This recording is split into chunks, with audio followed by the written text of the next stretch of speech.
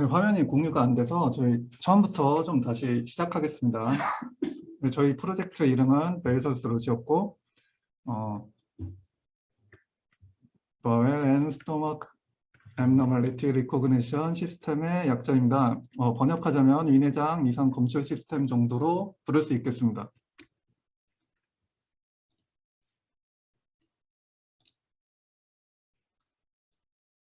저희 프로젝트는 위장의 병변을 인공지능 모델을 이용하여 탐색하고 분류하는 프로젝트입니다. 이전 연구자의 결과인 정확도 60%를 넘기는 것을 목표로 잡고 프로젝트를 수행하였습니다. 프로젝트 진행은 크게 다음의 세 가지 분류로 나눌 수 있습니다. 먼저 데이터 검수를 살펴보겠습니다. 데이터 검수 파트의 경우 1차와 2차로 나누어서 진행하였습니다. 1차 검수의 경우 팀의 모든 인원이 참여하여 데이터셋에 문제가 있는지를 확인하였습니다.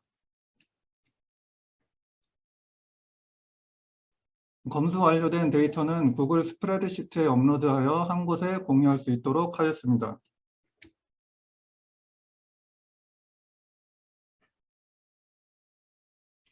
다음으로 2차 검수의 경우 현주님과 세계님이 담당해 주셨고 임의로 전처리를 수행하여 폴리곤이 누락된 데이터를 분리하고 이를 시벳에서 보강하는 작업을 진행해 주셨습니다. 다음으로 데이터 전처리를 살펴보겠습니다. 데이터 전처리는 동영님이 전처리기를 구현하시고 이를 이용하여 데이터 세트를 구성하는 작업을 하였습니다. 다음으로 모델 구현을 알아보겠습니다.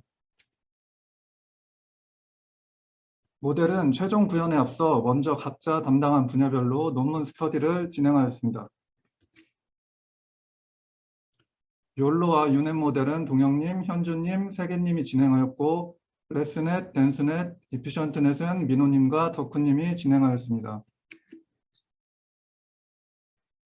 이 과정에서 이미지 분할 파트는 최종 모델로서 유넷 계열 모델을 선택하였고 분류 모델 파트는 레스넷을 선택하였습니다. 이렇게 스터디를 한 뒤 최종적으로 동영님이 병변 탐색 이미지 분할 및 분류 모델을 구현하고 학습하였습니다.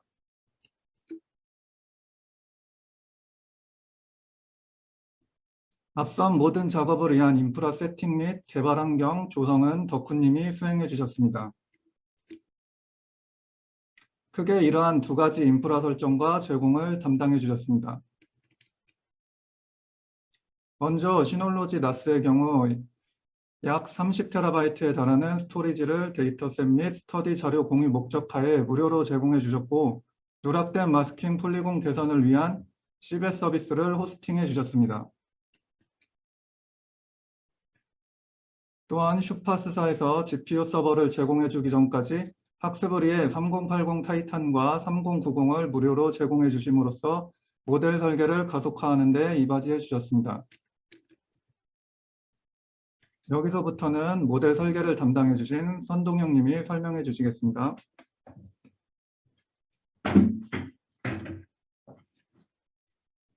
네, 안녕하세요. 손동영입니다.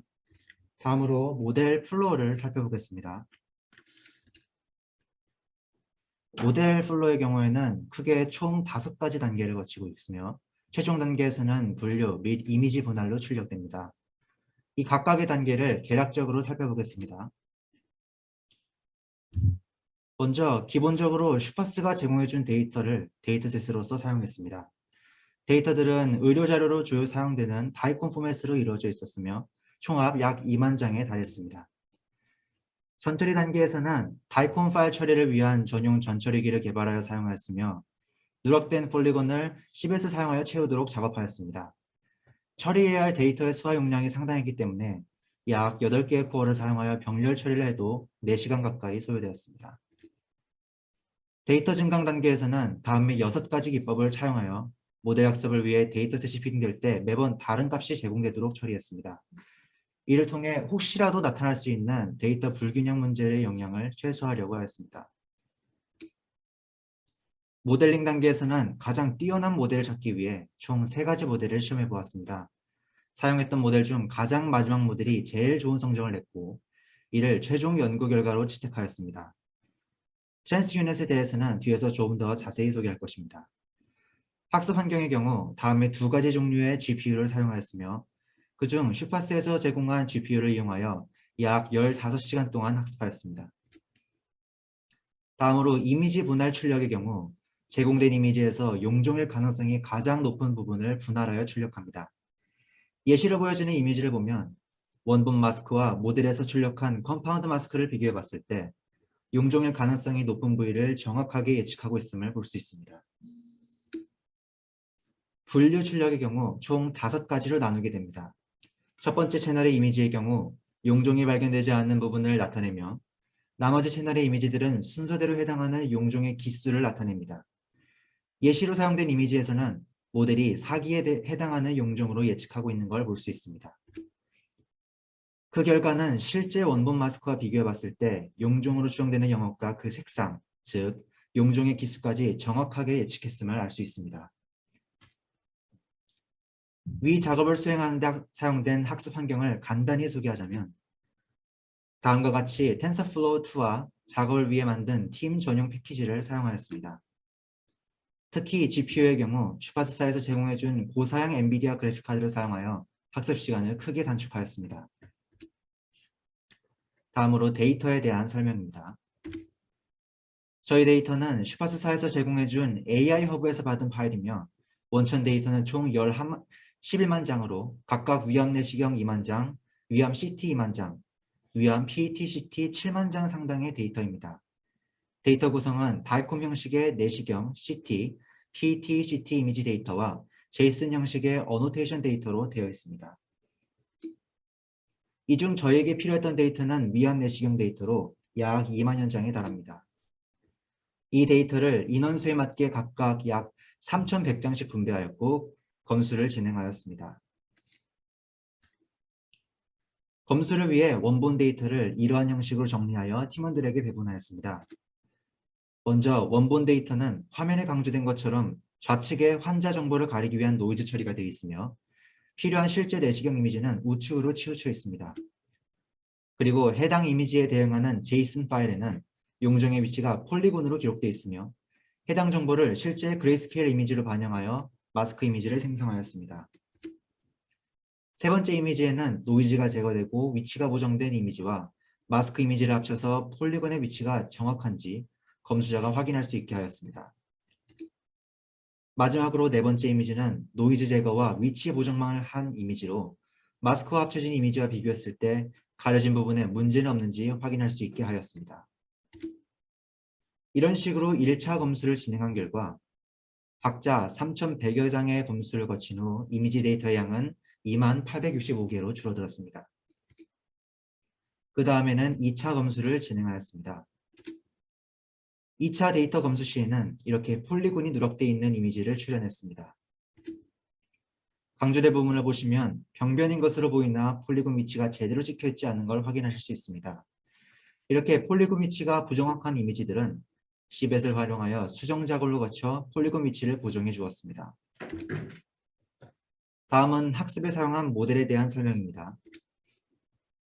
앞서 말했듯이 저희는 이미지 분할 모델 구축을 위해 이러한 3가지 모델을 시도하였습니다. 먼저 유넷의 경우 이미지 분할 태스크 해결을 위해 등장하여 좋은 성적을 거둔 모델로서 알려져 있습니다. 저희가 해야 할 작업 또한 이미지 분할 태스크이기 때문에 우선 이 모델을 사용하여 평가해 보고자 하였습니다. 하지만 저희가 사용하는 데이터셋으로는 좋은 결과가 나오지 못했습니다. 좌측의 그래프에서 주황색 라인은 이미지 분할 성능을 평가하는 IOU 지표를 나타낸 것인데 그 성능이 0.5를 초과하기가 어려웠습니다. 추가로 약 30에포크 정도 학습을 하였으나 그 이상의 향상은 없었습니다. 또한 우측 이미지를 보시면 우 상단은 트루 마스크, 우 하단은 모델이 예측한 결과입니다. 실제로 그 성능이 뛰어나지 않음을 보실 수 있으며 정상적인 예측을 수행하지 못하는 모습입니다. 다음으로 해당 유넷 구조에서 인코더를 모바일 넷으로 교체한 모델입니다. 인코더로 사용된 모바일 넷은 이미지 넷으로 사전 학습되어 있으며 이를 통해 이미지 압축 일반화 성능이 어느 정도 보장된 상태에서 파인 튜닝을 하고자 하였습니다. 이렇게 학습을 한 결과 이전 모델 대비 좋은 성능을 보여줌을 확인했습니다. 검증용 데이터셋에 대하여 IOU 성능이 0.6으로 약 12% 향상되었음을 볼 수 있습니다. 실제로 모델이 예측을 수행한 우측 결과를 보시면 비록 중간중간 구멍이 뚫려 있지만 이 부분은 모폴로지 현상을 통해 메꿀 수 있는 부분이었습니다. 하지만 좋은 결과를 보여주는 IOU 성능 대비 로스 값이 위로 발산하면서 과적합이 이루어지고 있음을 확인하고 더 좋은 모델을 만들 필요성을 느끼게 되었습니다. 모델을 향상시키려면 어느 요소가 필요한지 고민을 거듭하다가 저에게 한 가지 아이디어가 떠오르게 되었습니다. 용종을 구분하기 위해서는 그 용종 자체로는 사람조차 구분하기가 어렵습니다. 사람 또한 용종의 생김새와 크기, 색상이 주변 대비 어느 정도 차이가 나는지 확인하고 결정을 내리게 되죠. 그러면 그 주변과의 연관성을 모델이 찾게끔 하는 게 좋지 않나 하는 생각이었습니다. 이 생각이 떠올랐을 때 제 뇌리에 스쳐 지나간 구조가 하나 있었습니다. 그건 바로 어텐션을 이용하는 것이었고 이 분야로 최근 스테이트 오브 디 아트를 달성한 비전 트랜스포머를 활용해 보고자 하였습니다. 그렇게 선택하게 된 모델이 트랜스유넷이었고 저는 이 모델을 최종 결과로서 사용하기로 마음먹었습니다. 트랜스유넷의 구조는 다음과 같습니다. 레스넷을 이용하여 이미지 정보 압축을 수행하고 12개의 트랜스포머 블럭을 이용하여 인코더의 어텐션 구조를 최대한 활용하였습니다. 그리고 그 뒤에 업샘플 레이어를 쌓은 뒤 각각의 레이어에 레즈넷의 출력을 연결하여 보편적인 유넷의 구조를 따르게 하였습니다. 트랜스포머는 그 구조상 미리 대규모 데이터세트로 학습을 한 뒤 파인 튜닝을 해야 좋은 성능을 내기 때문에 구글이 이미지넷으로 사전 학습한 다음의 가중치를 인코더로 사용하였습니다. 모델이 이미지 분할과 분류를 동시에 수행할 수 있게끔 학습시키기 위해 분류 손실함수로 사용되는 카테고리컬 크로스 엔트로피와 이미지 분할에서 좋은 성능을 내게 해주는 다이스 스코어를 사용하였습니다. 특히 다이스 스코어의 경우 각각의 채널에서 따로 계산한 뒤 산술 평균을 낸 것을 사용하였습니다. 모델 평가 지표로는 마스킹된 IOU를 사용하였습니다. 모델의 출력 특성상 첫 번째 채널의 결과물이 매우 많은 영향을 끼치기 때문에 IOU 점수가 비정상적으로 높게 나오는 경우가 있었습니다. 따라서 이 문제를 해결하기 위해 첫 번째 채널의 경우 0으로 마스킹하여 영향력이 없게 만들었고 나머지 채널만을 이용하여 순수한 IOU 스코어를 산출하고자 하였습니다. 옵티마이저는 SDG를 사용하였고 모멘텀 개수를 주어 로컬 옵티마를 빠져나올 수 있는 여지를 주었습니다. 또한 학습률 조정을 위해 다음의 스케줄러를 사용하였습니다. 리니어 웜업을 통해 모델의 초반 변동성을 축소시키고자 하였고 이후 코사인 어널링을 이용해서 낮은 학습률로 인해 로컬 옵티마에 정체되지 않도록 유도하였습니다. 학습을 할 때에는 GPU별 배치 사이즈를 64로 설정하였고 총 6개의 GPU가 동원되어 분산 학습을 진행하였기 때문에 총 배치 사이즈는 384에 달합니다. 이렇게 나누어진 배치를 총 2190F만큼 학습하였고 총 학습 시간은 15시간 가까이 소요되었습니다. 이렇게 고민을 거쳐 모델을 구축한 결과는 어떻게 되었을까요? 저는 이러한 모델이 학습하는 과정을 모두 출력하여 영상으로 만들었습니다. 함께 보시죠.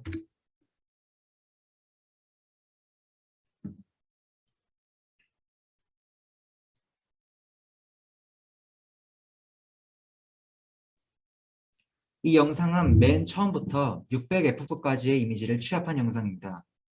이 샘플 이미지는 1기에 해당하는 용종으로서 모델이 학습하는 과정을 보시면 점차 1기에 해당하는 용종일 가능성이 높다고 예측하고 있습니다. 또한 우상단의 컴파운드 마스크를 보시면 원본 이미지에서 어느 부분이 가장 용종일 가능성이 높은지 이미지 분할 데스크를 잘 수행하는 모습을 보여주고 있습니다. 이 그래프는 모델이 학습을 하는 내내 손실률이 어떻게 변하는지 보여주는 그래프입니다. 옵티마이저의 모멘텀 계수로 인해 물결 치는 듯한 손실률 변화를 보여주고 있으며 모든 에포크를 전부 수행할 때까지도 전체적으로 계속 수렴하는 모습을 보여주고 있습니다. 반대로 이 그래프는 모델의 IOU 성능의 변화를 나타내는 그래프입니다. 초반에 아주 빠른 속도로 성능이 향상되다가 약 1000F급 정도부터 수렴 속도가 급격히 느려진 것을 확인할 수 있습니다. 하지만 학습 속도가 느려졌을 뿐 실제로는 조금씩 향상되고 있었으며 최종적으로 약 2100F급 정도에서 최고 성능을 달성하였습니다. 이 그래프는 각각의 데이터 세트에 대해 이미지 분할 성능이 어느 정도인지 나타낸 표입니다. 최고 낮은 손실률, 최고 높은 IOU 성능, 그리고 가장 마지막으로 학습된 모델들을 이용하여 각각 성능을 비교하였습니다. 가장 중요한 테스트 데이터 세트에 대한 성능을 보면 IOU 성능이 0.7에 달하는 것을 볼 수 있습니다. 특히 마지막 모델의 경우 완전히 0.7을 달성하였습니다. 최고 높은 IOU 성능의 모델의 경우 정밀도는 높지만 재현율은 낮고 가장 마지막 모델의 경우 다른 모델 대비 정밀도가 낮은 대신 재현율이 높습니다. 때문에 이를 기반으로 산출한 조합 평균인 F1 스코어의 경우 마지막 모델이 조금 더 높은 것을 볼 수 있습니다. 다음 그래프는 이미지 분류 성능을 나타낸 표입니다. 테스트 데이터 세트를 보면 정확도가 기존 목표치를 훨씬 웃도는 0.8에 달하는 것을 볼 수 있습니다. 분류 성능에서는 이미지 분할 성능과는 달리 최고 높은 IOU 성능의 모델이 마지막 모델과 비교하여 정밀도와 재현율 모두 우수한 모습을 보이며 이에 따라 조합 평균 F1 스코어도 훨씬 높음을 볼 수 있습니다. 여기서부터는 신세계님이 다시 설명해 주시겠습니다. 5분 더 드릴게요.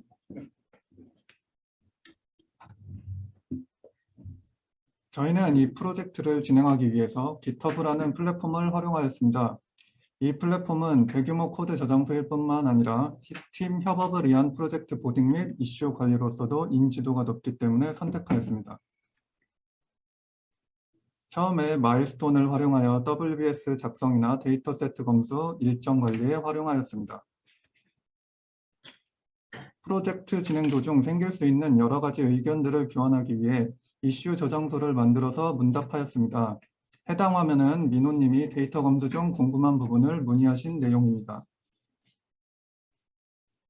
그리고 그 질문에 대한 답변으로 동영님이 의견을 남겨주신 것처럼 다른 팀원과 함께 고민해보는 식으로 잘 활용할 수 있었습니다. 데이터 검수 때 전처리 기준점에 대하여도 현주님이 분류 기준점을 세워 이슈에 올려주셔서 조원들이 검수 작업하는 데 도움을 주었습니다. 용어에 관해 궁금한 점들도 게시하여 피드백 받는 형식으로도 활용할 수 있었습니다. 이 이미지는 저희 프로젝트 팀의 저장소를 보여줍니다. 프로젝트 진행을 위해 사용했던 전처리기와 모델 구형 코드들이 모두 공개되어 있으며 그 최종 결과와 분석에 대한 자료들도 같이 공개되어 있습니다. 이렇게 팀 프로젝트가 잘 마무리될 수 있었지만 저희 팀도 진행 도중에 많은 문제점에 직면했었습니다. 먼저 데이터의 수가 너무 적었습니다. 더 높은 일반화 성능을 위해서 최소한 10만 장의 데이터는 있어야 할 것으로 생각했었으나 검수 데이터는 약 2만 장에 그쳤습니다. 다음으로 의료 영상은 일반인이 접근하기에는 너무 어렵다는 점이었습니다. 2차 검수를 진행했던 데이터 세트는 누가 봐도 자명할 정도의 폴리곤 누락만을 줄인 것이었고 애매모호한 데이터는 수정 없이 그대로 데이터 세트로서 활용되었습니다. 또한 그마저 존재하는 데이터 세트에도 무시할 수 없는 수준의 편향이 존재했습니다. 특히 1기에 해당하는 병변의 비율이 압도적으로 높았기에 다른 기수에 대한 분류 능력을 모델이 학습하는 데에 어려움이 있었습니다. 이러한 편향을 해결하기 위해 다양한 증강 기법에 대한 아이디어가 나왔으나 그 아이디어들을 실험해보기 위한 현실적인 시간이 부족하였습니다. 여러 하드웨어 환경에서 학습을 시도해본 결과 슈퍼스타에서 제공해준 GPU를 활용했을 때 그 빠른 학습 속도 덕에 결과에 대한 빠른 피드백이 가능했었습니다. 이를 통해 최대한 많은 실험을 통해 좋은 모델을 만들기 위해서는 좋은 하드웨어 기반이 필요로 함을 느끼게 되었습니다. 또한 다양한 학습 방법론을 실험함에 따라 새로운 접근 방법에 대해 알게 되었고 이를 활용하여 이전보다 더 빠르게 더 좋은 결과를 낼 수 있음을 알게 되었습니다. 데이터 세트 검수 초반에는 검수자 각자가 다른 판단 기준으로 작업하여 데이터셋의 편향이 반영되어 있었습니다. 그러나 이것을 획일화하는 것이 중요함을 깨닫고 이후 현주님이 제시해 주신 기준 덕에 검수를 더욱 수월하게 진행할 수 있었습니다. 이것으로 저희 발표는 마치겠고 궁금하신 점 있으시면 질문 받겠습니다.